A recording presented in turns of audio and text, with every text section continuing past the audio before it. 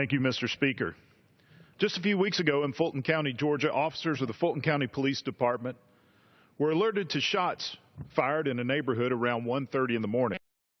The initial call indicated that a man was terrorizing citizens by going house to house, banging on doors, and firing a weapon. Officers immediately responded and began searching for the gunman. About 45 minutes later, another call was received reporting gunfire in another part of the same neighborhood.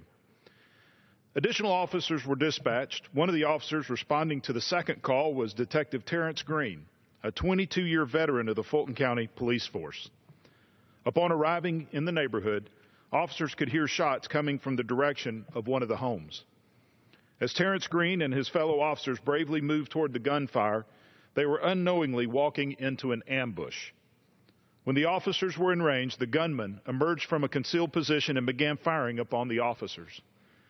While running for cover, the officers returned fire, and in the ensuing firefight, the gunman was eventually wounded. When the officers approached the gunman, they discovered that two of their own officers had also been shot during the ambush. All three were rushed to the hospital, where the gunman was treated for non-life-threatening wounds. However, Detective Green had received a fatal shot to the head, and around 4:30 in the morning succumbed to his injuries, leaving behind 4 young children. In all aspects of the term, Detective Green is a hero. He put himself in harm's way to protect the lives of others. I wish I could stand here today and say that what happened to Terence Green was an isolated incident, but unfortunately this scenario plays out much too often in the cities, towns, and boroughs across America. But even in the midst of imminent danger, officers like Detective Green courageously fulfill their duty to protect and serve the people of this nation. And I am grateful to those men and women who willingly put their lives on the line for us daily. It's the cop walking the streets, the officer on patrol, on watch, or the deputy responding to a call who are on the front lines in our states, counties, and cities. Whether the call is for a crime in progress, an automobile accident, or a natural disaster, they are often the first on the scene to render aid, give comfort, or even save a life. While they don't do their job for accolades, nor do they expect our continuous praise, it is encouraging for some to occasionally say thank you. But instead of thanking them for their dedication to duty, some officials instead publicly criticize our law enforcement community. This unwarranted public criticism not only undermines the morale of our law enforcement officers, but it undermines the public trust in these dedicated servants.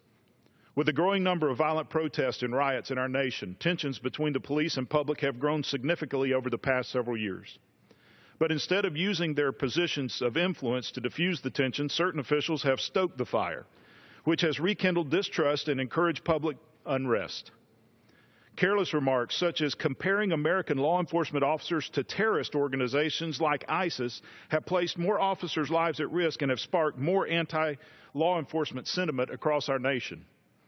As a result, public bashing of our police has skyrocketed, and now American law enforcement officers feel they have been thrown under the bus by the very people that should be supporting them. Recently, during a meeting with local first responders in my district, I asked if there was something I could do to help them. They asked for me to go back to Washington, D.C. and tell our government officials to please stop undermining them, to stop publicly criticizing them for doing the job they are tasked to do. Please make Washington understand, they said, that it is incredibly demoralizing to be putting your life on the line fighting crime while those in positions of leadership are making you out to be the criminal. Mr. Speaker, as with any organization, there are a few in law enforcement that haven't held them high standards of dedication expected within the law enforcement community.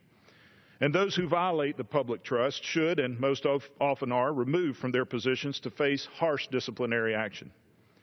But just as every elected official in Washington, D.C., our peace officers have sworn an oath to uphold and defend the Constitution of the United States.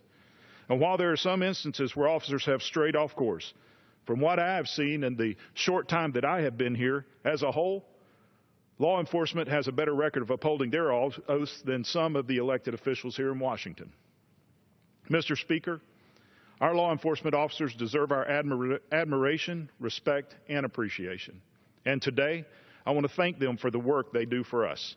I want to thank the spouses and the families who have endured many sleepless nights while their loved ones were responding to a call.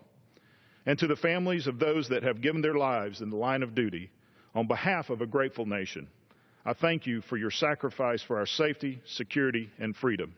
Mr. Speaker, I yield back the balance of my time.